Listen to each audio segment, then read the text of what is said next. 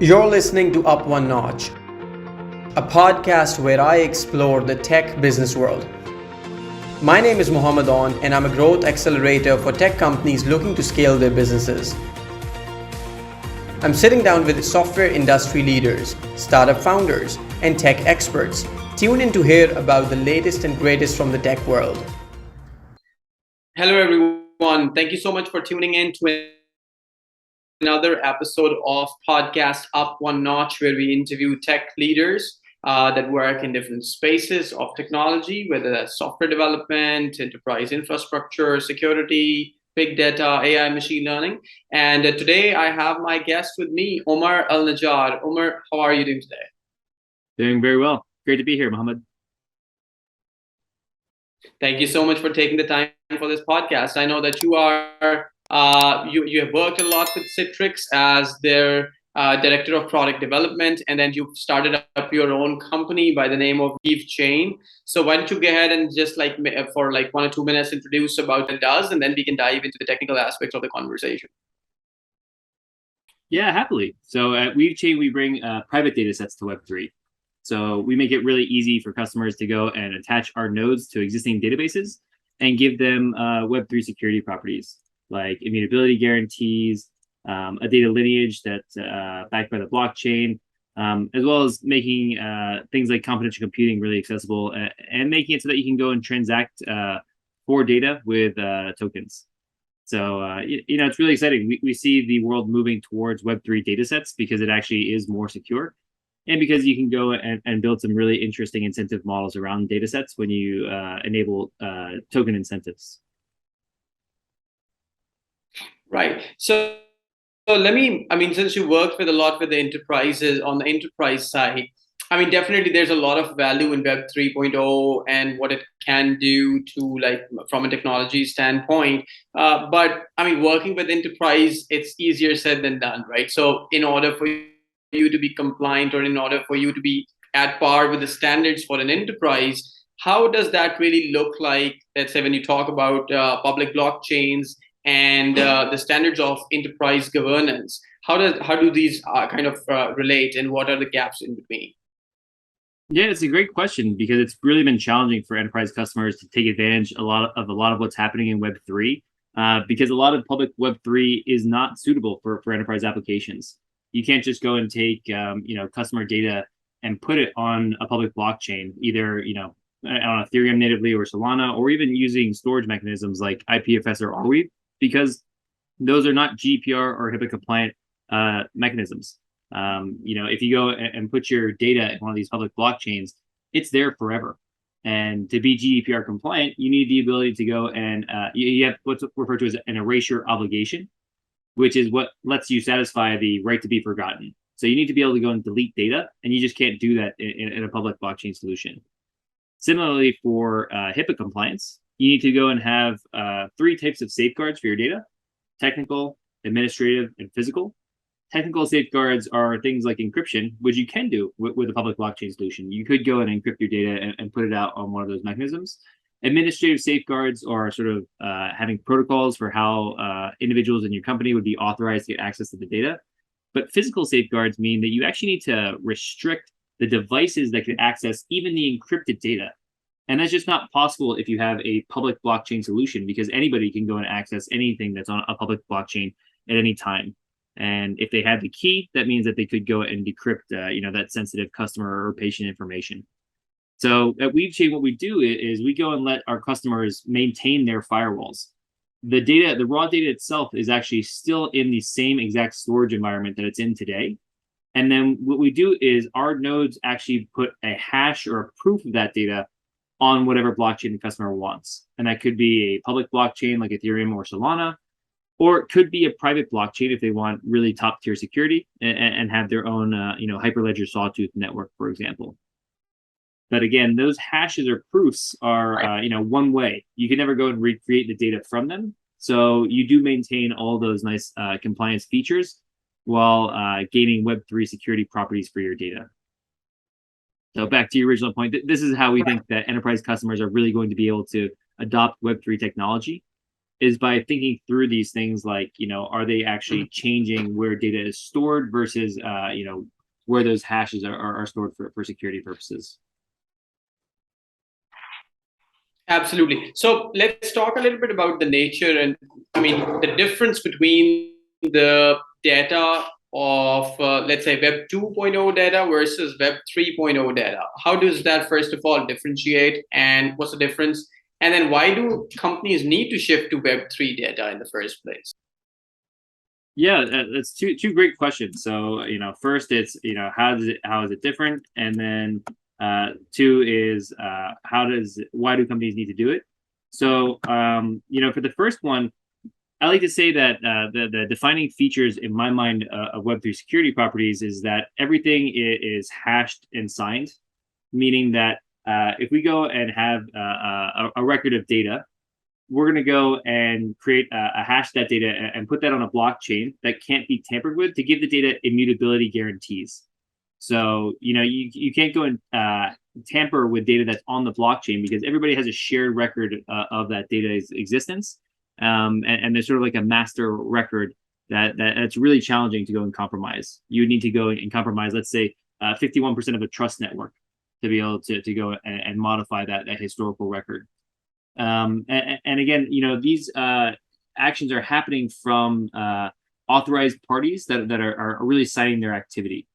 So, I sort of liken it to the difference between HTTP versus HTTPS, even web transactions. So, HTTPS security in your browser is this idea that I know that I'm actually on docs.google.com and not some website faking to be docs.google.com because they have a signed certificate from some trusted authority verifying who they are. And once I go and start my communication with them, I'm going to go and have a secure communication tunnel so that nobody could go and inject data into my website traffic and let's say tamper with what I'm doing over there. Now, that technology actually took 25 years to get widespread adoption.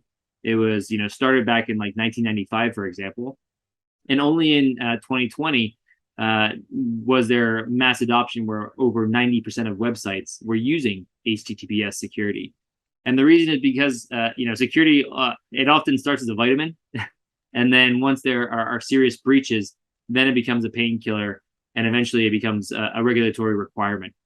And in the case of HTTPS, it started off as just something that people would use when they needed to go and take credit card details on websites because it was slower, right? HTTPS websites were not as performant as HTTP ones. So, nobody wanted to go and change Facebook or Twitter until in 2010, there was actually an exploit called Firesheet that came out that made it so that you couldn't be at a coffee shop on public Wi-Fi and use Facebook without the risk of somebody actually hacking your account.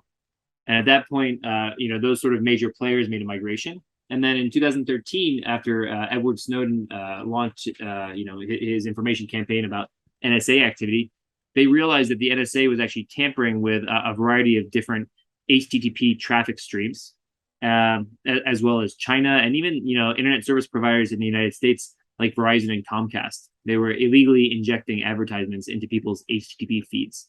And at that point, it became really transparent that everybody needed to sort of adopt these higher, let's say, benchmarks of security for every transaction. And we believe that Web3 is going to be a similar kind of migration, where today, those features that I mentioned earlier, like immutability of transactions and a data lineage so that you know how your data is moving around, it's more of a nice to have security feature, the same way that HTTPS was a nice to have security feature 15 years ago. But, as we see, let's say, people's security needs increase, we think that Web3 security is going to be something that enterprises not only should do, but are actually mandated to do by regulatory authorities. Absolutely. So I think that, as we're moving forward, definitely data security is like central. It's no more like good to have, it's a must have anyway especially for enterprises where you're talking about, for example, let's say 30 years of data, and that's essentially their intellectual property, their products information and everything. obviously data is of importance, data privacy is of importance, and we saw it. Like, I mean, previously they were HIPAA compliant and all of that, but recently there's more and more conversations about GDPR and all of these happening, right? So can you also talk a little bit more about these data privacy laws like GDPR in general and HIPAA compliance for healthcare and any other standards that are actually essentially we have to comply with, let's say if you're working with a certain. Yeah, for sure. And it's really just the beginning. GDPR, I don't think is even 10 years old, if not 5 years old. And you're seeing the development of the American Data Protection Act, which is going to be very similar to GDPR. Following, I think California already has its own Data Privacy Act. And really, I think these are, let's say, standards that are in users' best interests. This is actually protecting customers and their rights for how data should be moved about, because I think people are going to look back on what's been happening over the past 25 years as sort of like a chaotic time where there weren't really strict rules on how data was flowing or being used by parties. In extreme examples, you have sort of the outrage in the United States about the Cambridge Analytica scandal, about how people were acquiring data through Facebook around users' activity, and then how that was being used for sort of weaponized propaganda against individuals. And that occurs when you don't know how your data is being collected or how it's being used or how it's being moved about. And so I think that's really the heart of GDPR regulation and similar bits. It's making sure that companies are very transparent about what data they're collecting, how it's being used, how it's being stored and managed, and what rights users have over, let's say, erasing that data from their servers if they are no longer going to be using those services. So this is these are all in benefit of the users, and I think that the move to Web3 data is going to be the same. But I was just at Circle is the creator of USDC, which is a really famous stablecoin. They had a conference this week where they were bringing on a panelist of people talking about data privacy and compliance with regards to Web3 technology. And I don't think a lot of people realize that right now, when you're putting data on public blockchains, it's actually, let's say, more out there in the open than it ever has been before. If you're sort of outraged about what Facebook might be doing with your data, you should recognize that whenever you do any transaction on a public blockchain like Ethereum, it's out there for anybody in the world to see anytime. I think one of the speakers was formerly with FinCEN and a variety of other regulatory institutions in the United States. And it was Sigel Mandelker, who had been the Undersecretary of Treasury for Terrorism and Financial Intelligence at the United States. And she was talking about how right now anybody can go and identify what her Ethereum wallet is and see every purchase that she's ever made from that wallet, from the bad trades that she regrets, or NFTs that she's purchased along the way. Again, because there is no such thing as privacy in a world of public blockchains. But we're seeing Web3 mature to go and figure out solutions to these problems, the same way that we're trying to do it at Weavechain. Right. Okay. So let's talk a little bit about like different data protocols. Let's say, for example, when we talk about Web3, there's different data protocols like Ocean, there's Filecoin, there's Arweave. So can you talk a little bit more about, let's say, for example, when you Weavechain, how does that shine as compared to, for example, the other data protocols for Web 3.0? Yeah, no, it's a great point. And let's say that those protocols were, designed during an era of Web3 where I think everybody was trying to decentralize everything and make it so that there was less of an ability to go and let's say comply with these standards as they were building a new internet. And we'll use the example of Arweave. Arweave refers to itself as the permaweb. And they're really dedicated to this idea that whatever you put on Arweave is on Arweave forever.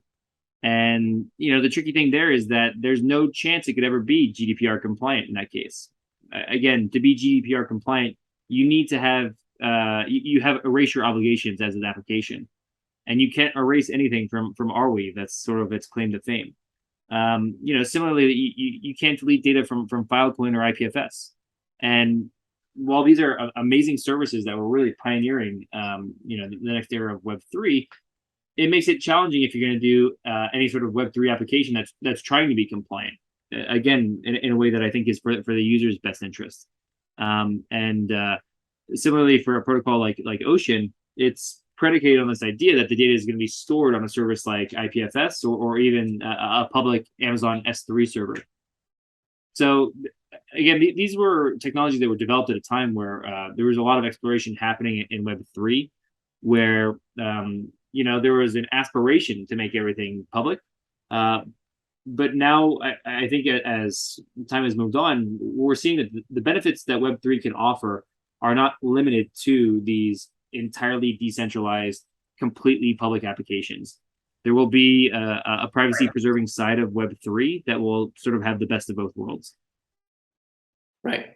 Makes sense. And so can you also talk about, let's say, for example, the data governance model in an enterprise? What does that really entail? I mean, you spoke about those elements of, let's say, the technical and the physical side and the architecture side kind of things. But in general, when an enterprise talks about, let's say, the data governance policy, what does that really entail? Like, what are they really trying to ensure? And so that we can, I mean, not just from a blockchain standpoint of what they expect from the Web 3.0, but in general, enterprise data governance policy. Yeah, sure thing. Let's say that there's two aspects to it. The first is how the data movement is protected, and the second is how the data is actually used, right?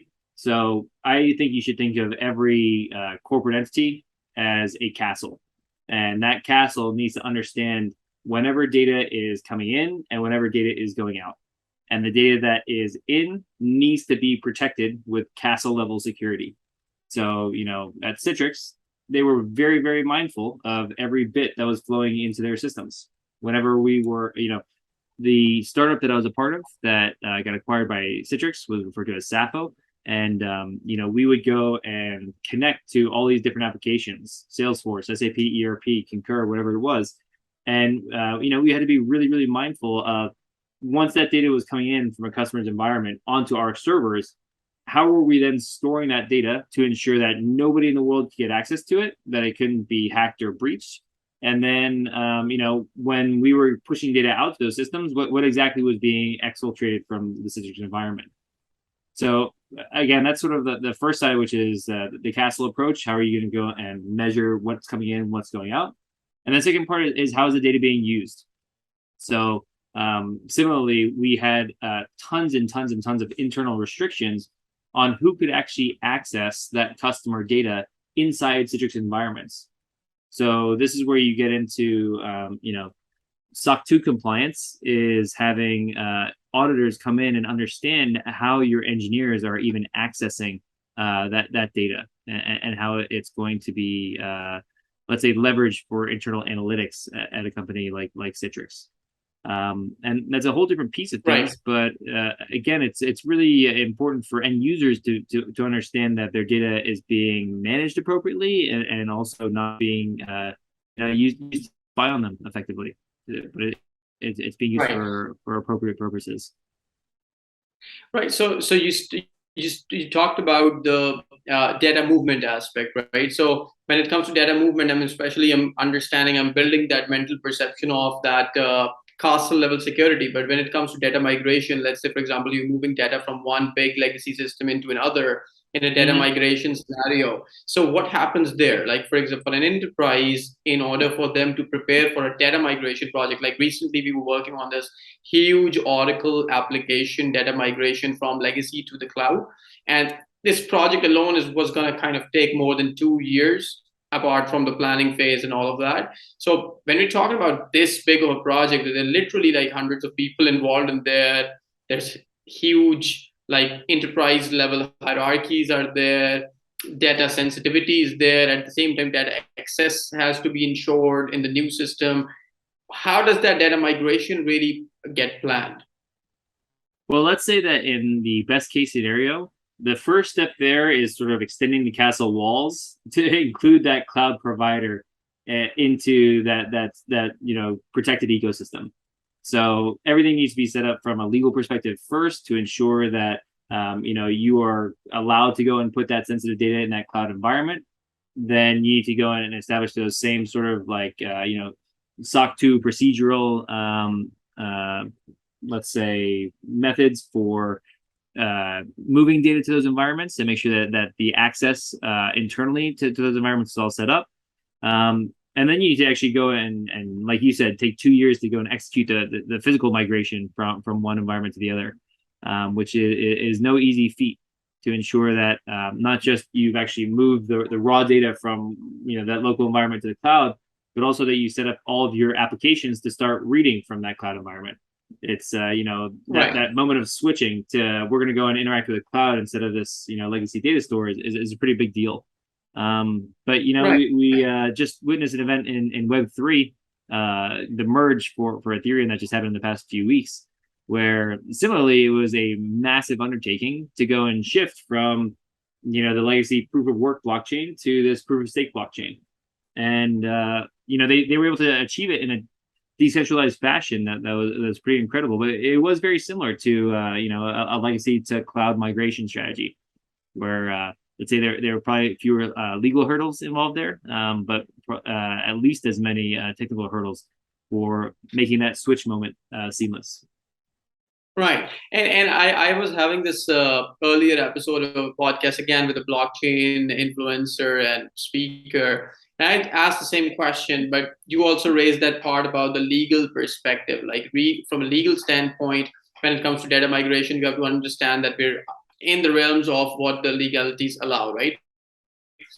But with the blockchain, obviously against, like, for example, our usual contracts and all of those, like, for example, a paper-based contract can be withheld in a court of law, right? But with blockchain, again, things are not really regulated. There are no legislations in that sense. So how does that legal preparation or from a legal perspective, how does that really, is that ensured when it comes to data migrations? Yeah, I think this is again where you need to think about where is your raw data being stored versus where are you having these hashes stored. And again, I don't think you're going to see raw data sets moving to being stored on blockchains anytime soon. It's not really feasible from even a technical perspective. Like, blockchains weren't meant to be databases. Databases were meant to be databases. But let's say even if you have that storage considered and that's still in a GDPR and HIPAA compliant protected environment, where you're going to store those hashes is a different question. And I don't necessarily think you're going to see even enterprise customers putting those hashes on public blockchains necessarily anytime soon. A lot of enterprise implementations right now are happening on private and permissioned blockchains, like IBM's Hyperledger suite has a variety of different services there. R3 has Corda. Quorum is another famous one, where they're effectively operating private networks that are just running software the same way as you would run any other software today with a private network. And in those situations, you can govern that technology the same way you would govern any other enterprise software. I don't think you get the same security guarantees with those private and permission networks that you do with a public blockchain, meaning that you can actually tamper with a private blockchain the same way you would tamper with a private database. It's very hard to tamper with a public blockchain. That trust network is just so large that the Nakamoto coefficient makes it sufficiently difficult to do that it never really happens. But it's possible. But really, each enterprise customer is going to need to extend its legal know-how to understand how these systems are operating, to go and make those hard choices when they're considering different technology to use. Right, and so when you were talking, just pick one pointer. You mentioned that, blockchain wasn't supposed to be the database. Databases were supposed to be the databases, right? So, and the block, what I understand is basically databases are obviously faster than the blockchain, but blockchain offers better security, I guess. So, can the blockchain ever replace the database? Do you feel? Considering the factor that obviously it's more secure, especially the public blockchain, can they really replace databases altogether? Just a curious question. I don't think so. I don't think it's appropriate. I think they serve different functions. again, blockchains are great for hash storage and guarantees of ordering and immutability and leveraging consensus activity. Databases are great for data storage and for applications. So, today you see a few decentralized applications that are doing really interesting things from a technological perspective to have censorship resistance, but they're pretty miserable to actually use as applications. The user experience is not great. And our perspective is that, applications should be rooted in databases to be performant and to satisfy users. And then you go and figure out how to leverage hashes and blockchains to go and add those security guarantees to those applications. It's really trying to use each bit of technology for what it's good for instead of trying to kludge everything into one technology where it's just not appropriate. Now, again, this is said in 2022. So, there are a lot of smart people working on a lot of different angles of Web3 technology, and we'll see where we are in 10 years, if not 5. Maybe we're gonna do another episode of Up1Notch in 2030, and we're gonna kind of really say, okay, we were entirely kind of wrong there, and this happened and everything. But but thank you so much for taking the time for this podcast episode, Omar. It was really beneficial having you on this episode, and looking forward to staying connected. Oh, thanks so much, Mohammed. It's a pleasure being here, and I'm already looking forward to our episode in 10 years. Absolutely. And in the meantime, best of luck with Weavechain, and hope that it grows and helps the Web 3.0 grow as well along the way. Thanks so much. Thank you so much. Have a great day. Bye.